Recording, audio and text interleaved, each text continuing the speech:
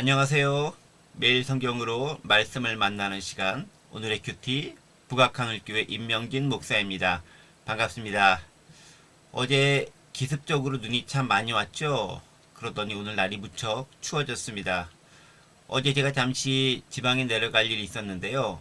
한적한 곳에 아름답게 내린 눈은 결코 인위적으로는 만들 수 없는 정말 하나님만의 장관이다 라는 것을 다시금 깊이 깨닫는 그런 시간이었습니다. 함께 말씀을 묵상해 볼 텐데요. 오늘 우리가 함께 볼 말씀은 누가복음 7장 1절부터 10절까지의 말씀입니다. 백부장의 믿음과 인격의 관계에 대해서 함께 생각해 보는 시간이 되기 원합니다. 제가 말씀 봉독하겠습니다. 예수께서 모든 말씀을 백성에게 들려주시기를 마치신 후에 가버나움으로 들어가시니라. 어떤 백부장의 사랑하는 종이 병들어 죽게 되었더니 예수의 소문을 듣고 유대인의 장로 몇 사람을 예수께 보내어 오셔서 그 종을 구해 주시기를 청한지라. 이에 그들이 예수께 나와 간절히 구하여 이르되 이 일을 하시는 것이 이 사람에게는 합당하니이다.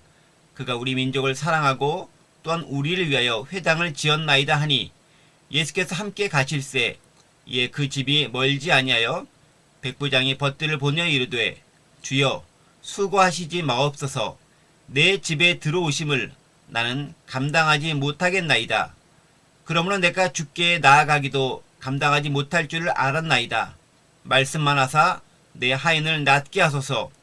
나도 남의 수하에 든 사람이요 내 아래에도 병사가 있으니 이더러 가라 하면 가고 저더러 오라 하면 오고 내 종더러 이것을 하라 하면 하나이다. 예수께서 들으시고 그를 놀랍게 여겨 돌이키사 따르는 무리에게 이르시되 내가 너희에게 이르노니 이스라엘 중에서도 이만한 믿음은 만나보지 못하였노라 하시더라. 보내었던 사람들이 집으로 돌아가 보매 종이 이미 나아 있었더라. 아멘. 네, 오늘 말씀은요. 믿음으로 자신의 종을 낫게 한 백부장의 믿음에 대해서 이야기하고 있습니다. 어떤 백부장이 있습니다. 어느 날 자신의 사랑하는 종이 병에 걸렸습니다. 아마 중풍으로 판단이 됩니다. 그러자 유대 쪽 인맥을 동원해서 장로들을 예수님께 보내 하인의 병 치료를 간절하게 부탁을 합니다. 그리고 이 말을 들은 예수님께서는 직접 달려가 치유하시기로 작정합니다. 이제 집이 멀지 않은 그런 곳까지 왔습니다. 도착할 무렵 예수님이 직접 오시는 것을 안 백부장은 다시금 자신의 벗을 보내서 친히 집까지 오시지 않더라도 그저 말씀만으로도 하인의 병이 나을 수 있다고 고백합니다. 더하여 자신은 예수님을 감당할 만지 못한 사람이며 당연히 집으로 모셔드릴 수도 없는 연약하고 작은 자임을 고백합니다. 이 말을 들은 예수님은 놀라며 그를 칭찬하고 하인의 병은 이미 나은 상태가 된다는 이야기입니다. 자, 우리는 이 기사를 보면서 몇 가지 생각을 해볼 수 있는 것들이 있습니다. 예수님의 치유 기사는요, 복음서에 많이 기록되어져 있습니다.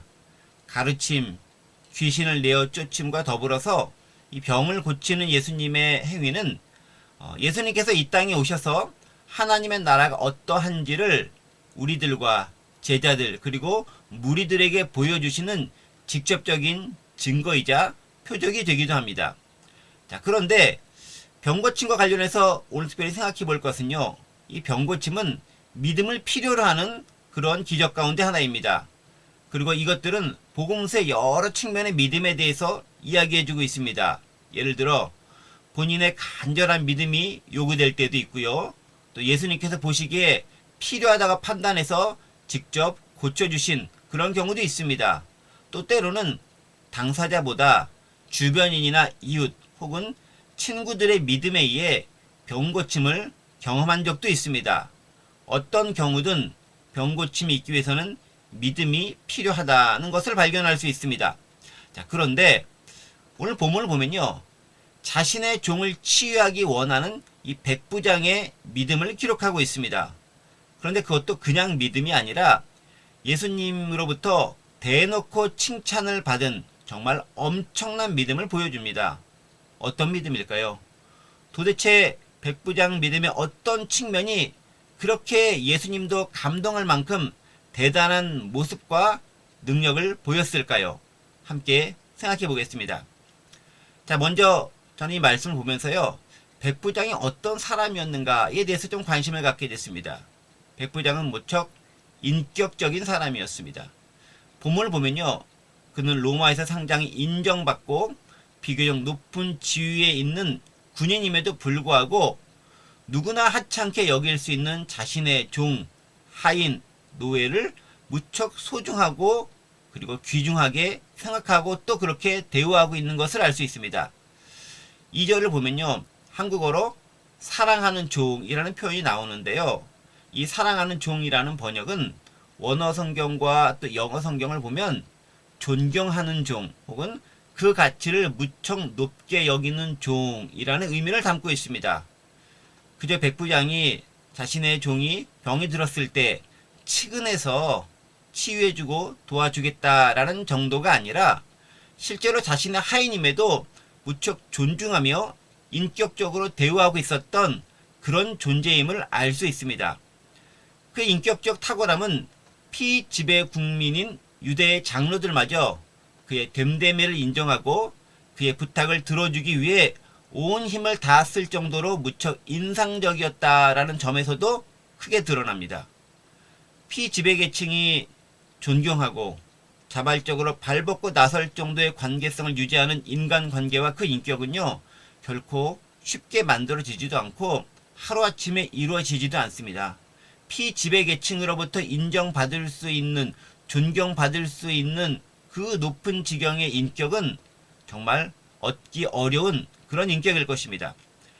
그런 그 인격은요, 예수님에 대해서도 아주 정중과 존경의 자세로 표현됩니다.